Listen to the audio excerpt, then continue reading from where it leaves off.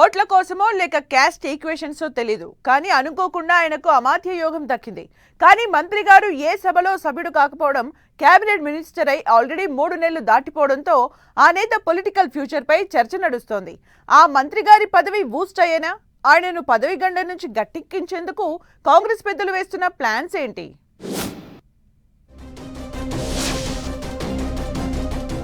మంత్రి అజారుద్దీన్ను వెంటాడుతున్న పదవీ గండం. ఏ సభకు ఎన్నిక కాకుండానే మంత్రైన అజార్ మంత్రి పదవి చేపట్టి 4 నెలలు కావస్తుండడంతో ప్రెషర్. అజార్ను గట్టెక్కించేందుకు సీఎం రేవంత్ భారీ వ్యూహం. అజార్ను మండలికి పంపేందుకు ఎమ్మెల్సీకి రాజ్యసభ ఆఫర్. అనూహ్యంగా మంత్రైన అజారుద్దీన్ను పదవీ గండం వెంటాడుతోంది.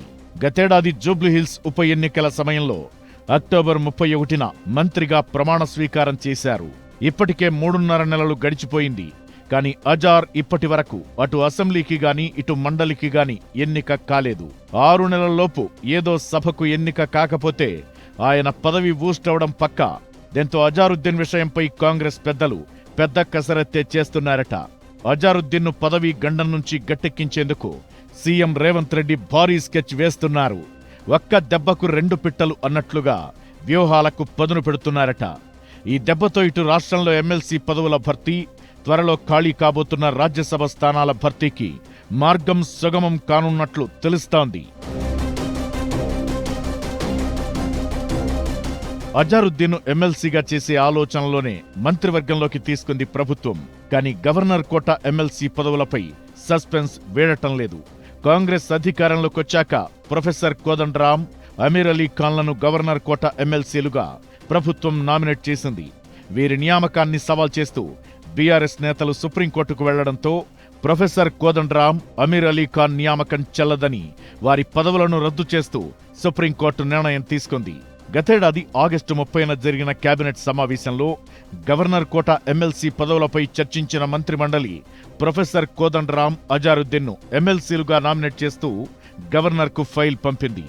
అయితే కోదండరాం, అమీర్ అలీ ఖాన్ నియామకంపై వేసిన కేసులో తాము తుది తీర్పు ఇచ్చేంత వరకు కొత్త నియామకాలు చేపట్టొద్దని సుప్రీంకోర్టు చెప్పడంతో కోదండరాం, అజారుద్దీన్ ఎమ్మెల్సీలుగా ప్రమాణ స్వీకారం చేయలేదు. అయితే ఇంతలోపే అజారుద్దీన్ మంత్రిగా పదవి చేపట్టి 6 నెలలు పూర్తయ్యే పరిస్థితి వస్తోంది. దీంతో కొత్త ఫార్ములాకు ప్లాన్ చేస్తున్నారట సీఎం రేవంత్.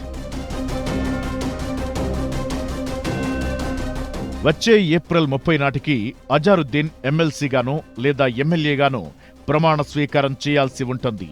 అలా చేయకుంటే మంత్రి పదవికి గండం తప్పదు.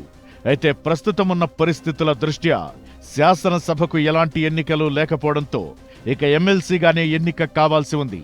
అయితే గవర్నర్ కోట ఎమ్మెల్సీ అంశం సుప్రీంకోర్టులో పెండింగ్లో ఉంది.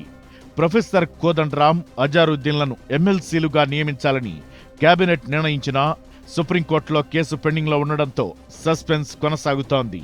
దీంతో అజారుద్దీన్ను పదవీ గండం నుంచి గట్టెక్కించేందుకు రేవంత్ వ్యూహాన్ని రచిస్తున్నారట. ప్రస్తుతం ఎమ్మెల్సీలుగా ఉన్నవారిలో ఒకరి చేత రాజీనామా చేయించి వారి స్థానంలో అజారుద్దీన్ను మండలికి పంపించేలా ప్లాన్ చేస్తున్నట్టు తెలుస్తోంది. అయితే ఎమ్మెల్సీగా రాజీనామా చేయబోయే నేతకు రాజ్యసభ సీటును ఆఫర్ చేసే అవకాశముందట. అయితే అజారుద్దీన్ కోసం ఎమ్మెల్సీ సీటుకు రాజీనామా చేసే నేత ఎవరో, రాజ్యసభకు వెళ్లేదెవరో వేచి చూడాలి.